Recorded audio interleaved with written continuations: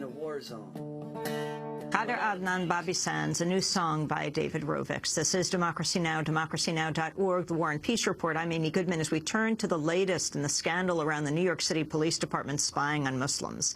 The Associated Press has revealed the New York Police Department monitored Muslim college students at schools throughout the Northeast, including Yale University, the University of Pennsylvania. In one case, the NYPD sent an undercover agent on a whitewater rafting trip in upstate New York, where he recorded students' names and noted in police intelligence files how many times they prayed. The report is just the latest revelation by the Associated Press into secret intelligence operations set up by the New York Police Department following September 11th attacks targeting Muslim neighborhoods. Hundreds of mosques and Muslim student groups were investigated. Dozens were infiltrated. Police monitored and cataloged daily life in Muslim communities, from where people ate and shopped to where they worked and prayed. According to the AP, many of these operations were built with help from the CIA, which is prohibited from spying on Americans. We're joined in studio here in New York by Jawad Rasul. He is one of the students who is monitored by the New York Police Department and is named in this newly disclosed report tracking the activities of Muslims, of our guest and his friends. He's the only student who's come under surveillance to now publicly speak out about his experience. We're also joined by Democracy Now! Video stream by Mongi Dhaouadi, Executive Director of the Connecticut Chapter of the Council on American-Islamic Relations, or CARE. His group is joining with the Connecticut Civil Rights Coalition to call for a state probe into the spying on Muslims. Jawad, welcome to Democracy Now! Explain what happened. What was this whitewater rafting trip that you went on? We went on many trips, including rafting and paintballing and skiing. We used to play a lot of other sports as well. We used to meet at other friends' houses. We used to go out to eat. Where did you grow up? I grew up in Queens. On this particular trip, apparently this agent was actually picked up by me in my car at a nearby train station. What was his name? What did you call him? Well, we don't know for sure, but we think we have a hunch. What did you call him? We called him Gibran. Yes. But now you think you know his name? No, that's what we know about him. We don't know what that was his real name. So you picked him up, so you knew him?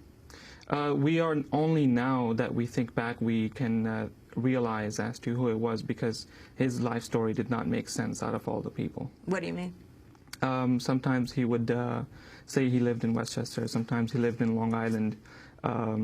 He would always be available for all the trips, even though he said that he worked. And we didn't see him attending a lot of classes, but he used to always be in the lounge area. At school, at City College? At school, yes. And so you picked him up, you became friends with him? He was basically all the people that were in my area. We decided that to make it easy on them, we would meet up at Jackson Heights, and I would pick them up in my car and go to the meetup spot in Brooklyn, where the whole group is going to meet up and then go to rafting. And how long did you raft? Did you? It was about 24 hours. We went one evening and we came back the next evening. So how did you come to realize that you were under surveillance by the New York Police Department? On the 14th of February, I got a call from an AP reporter, Chris Hawley, who told me that my name has been cited on this list, and what do I think about it? Obviously, I was speechless. What do you think about it? It's really disheartening, to be honest. We are actually trying to be better American citizens as much as we can.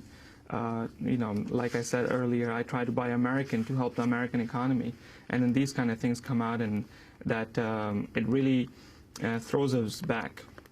And I think, honestly, it's even hurting NYPD's try and attempt at fighting homegrown terrorism, because these kind of tactics actually create more hatred towards them and the other law enforcement agencies, and really destroys the trust that any youth might have developed with the government. I want to turn right now to our guest in Connecticut, Mongi Dhaouadi, Executive Director of the Connecticut Chapter of the Council of American-Islamic Relations. The report indicates that students at the University of Pennsylvania, at Yale University, were tracked, were monitored. Mongi, what do you know? So far, that's all we know, is that there is some activities by the New York Police Department in Connecticut. We heard about a week and a half ago that there was a report issued also by the Associated Press speaking about the New York Police Department monitoring some locations within Connecticut, specifically in West Hartford.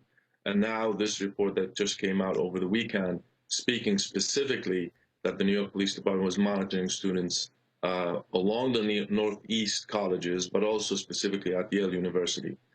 We don't know much about their activities. We don't know if they were coordinating some of these with local law enforcement, even though yesterday, at least we heard from university officials, city officials, state officials, denying any knowledge about this, which we will take it as face value.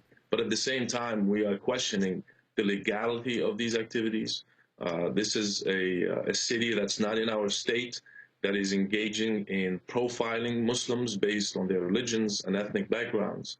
And we have a lot of questions that today we are organizing a press conference, and we are calling on a thorough and transparent investigation into this matter. I want to get both of your response to the New York Police Commissioner Ray Kelly last month invoking the 9/11 attacks to defend the monitoring of Muslims. We believe we're doing what we have to do pursuant to the law to protect the city that's been attacked successfully twice and had 14 plots against it in the last 2 decades. That's New York Police Commissioner Ray Kelly. Jawad Rasul, your response? I would love to see those leads, really. What has this meant in your life? You have decided to come forward, and you're the only student named who is speaking publicly. Why? It's not easy, first of all, to come out because I'm constantly being discouraged from family and friends to go out in public and really stick my neck out. But I think it's important for someone to speak out and let the NYPD know that you're not doing good by this. You're actually hurting your chances to actually build a rapport with these youth that they feel are troublesome. I wanted to read the comment of the Yale University president, Richard Levin, in an emailed message to the entire university community.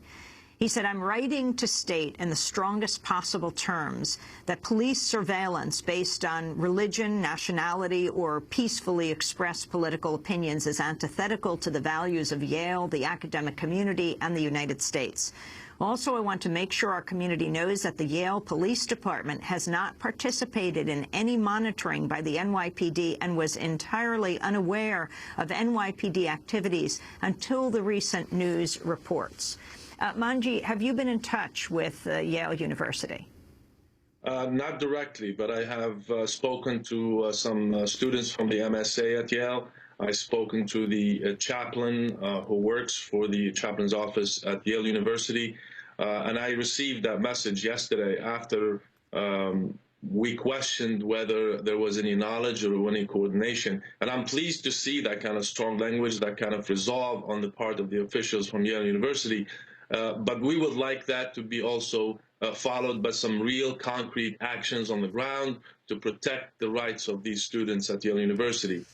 If the New York Police Department, which we think they engaged in profiling in Connecticut is illegal, it is unlawful. Therefore, we would like to see some full investigation into the matter and to hold them accountable. This is not New York City. This is the state of Connecticut. We have laws. The New Haven city is known for its standing by the civil rights and civil liberties of its people, and I think it is the responsibility of these officials to make sure that they protect the lives of and the privacy and the rights of these citizens and these residents.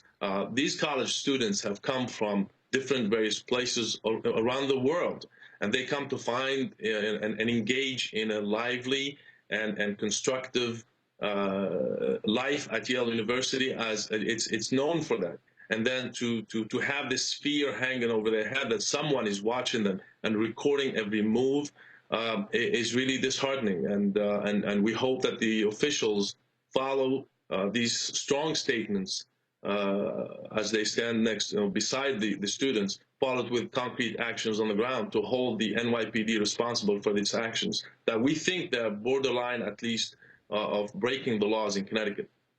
The AP reported the other universities where Muslim student associations were monitored included Columbia, the University of Pennsylvania, Syracuse, New York University, Clarkson University, the Newark and New Brunswick campuses of Rutgers, and the State University of New York campuses in Buffalo, Albany, Stony Brook, Potsdam, also Queens College, Baruch College, Brooklyn College, and LaGuardia Community College, to the City College system and the State University of New York College system. Jawad, how are you organizing? How are students organizing? And are you doing it across campuses and across states? This organization is really starting now. I have myself written an open letter to NYPD asking them to move away from these tactics, which are really reactionary, and move to proactive tactics that could engage the students that could possibly be isolated by the foreign policy situation and basically the social conditions that exist that create an identity crisis amongst them. Jawad, I read the statement of the Yale University president, who said that the Yale police did not know about this. What do you know about the City University police? And has this CUNY president and chancellor made a statement yet? I'm not familiar with CUNY or the CUNY police, but I know that City College has released a statement saying that they do not agree to these kind of tactics at City College, and they were not aware. Now, we have known about this for quite some time. New York Police Department surveillance in New York City schools for months. Leonard Levitt's NYPD Confidential revealed last year that the police infiltrated Muslim student associations at Brooklyn, Baruch, City, Hunter, Queens, and LaGuardia colleges. Are you asking your college, your university, the City University system, to make a statement at this point? City College has, but I think I'm going to... That's one college within the CUNY City University of New York system. I'm myself personally going to be organizing my friends and contacts at different MSAs to start at least a letter campaign or some kind of petition to ask them to come out against this and ask even the NYPD to stop this and move towards proactive tactics. And I'm myself willing to work with them on this to engage the Muslim youth in order to do something about the homegrown terrorist problem. The issue of how many times you prayed, what was your reaction to that on this camping trip? Firstly, the undercover agent got it wrong because we actually pray 5 times a day. So not only he was having fun to raft with us, he was actually not doing his job properly. But even besides that... Did he pray with you? He probably did. Otherwise, we would probably know there's something wrong, because it was a group of students that organized around the prayer hall in the City College. So, but it's really surprising that these kind of things that he feels are important for the police to know, that we are praying 4 times a day, or our discussion was largely based on Islamic topics. It's, I mean, we are in America, not in Syria or Egypt. We're not supposed to expect these kind of things. I want to thank you both very much for being with us. Of course, we'll continue to follow the story. Jawad Rasul is a student at City College of New York, named in the New York report as students, Muslim students, one of the Muslim students being surveilled. Mongi Dhaouadi of the Connecticut Chapter of Council on American-Islamic Relations. He is the executive director. Thank you for being with us as well. It's a story we will continue to cover. This is Democracy Now! Back in a minute.